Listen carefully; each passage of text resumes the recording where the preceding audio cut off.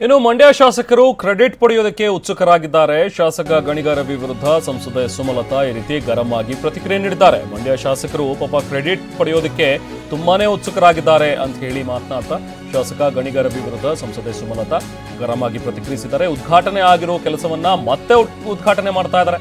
ಈ ಕ್ಷೇತ್ರಕ್ಕೆ ನಿಮ್ಮ ಸಾಧನೆ ಏನು, ನಿಮ್ಮ ಕೊಡುಗೆ ಏನು ಅನ್ನುವಂಥ ಪ್ರಶ್ನೆಯನ್ನ ಕೇಳಿದ್ದಾರೆ. ಮತದಾರರ ಮುಂದೆ ಹಸಿ ಸುಳ್ಳನ್ನ ಹೇಳ್ತಾ ಇದ್ದಾರೆ.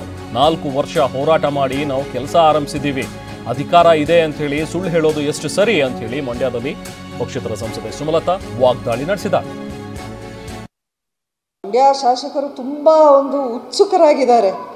ಪ್ರತಿಯೊಂದು ಕೆಲಸಕ್ಕೆ ನಾನೇ ಕ್ರೆಡಿಟ್ ತಗೋಬೇಕು, ನನ್ನಿಂದಾನೇ ಆಗಿದೆ, ಅಂದರೆ ನಾಳೆ ಉದ್ಘಾಟನೆ ಆಗೋ ಇದಕ್ಕೆ ನಾನೇ ಇವತ್ತು ಹೋಗಿ ಹೋರಾಟ ಮಾಡಿದ್ದೀನಿ ನೋಡಿ, ನನ್ನ ಹೋರಾಟದ ಫಲವಾಗಿ ಇದು ಈಗ ಸಿಕ್ಕಿದೆ ಅನ್ನೋ ನಿಟ್ಟಿನಲ್ಲಿ ಅವ್ರದ್ದು ಇದೆಯಲ್ಲ, ಅದು ಹಾಸ್ಯಾಸ್ಪದ ಅಂತ ನನಗನ್ಸುತ್ತೆ. ಯಾಕಂದರೆ ಜನಕ್ಕೆ ಗೊತ್ತಿಲ್ವಾ, ಅವರು ಬಂದು ಈಗ ಈ 8 ತಿಂಗಳು 9 ತಿಂಗಳು 10 ತಿಂಗಳು ಆಗಿರ್ಬೋದು ಅವರು MLA ಆಗಿ.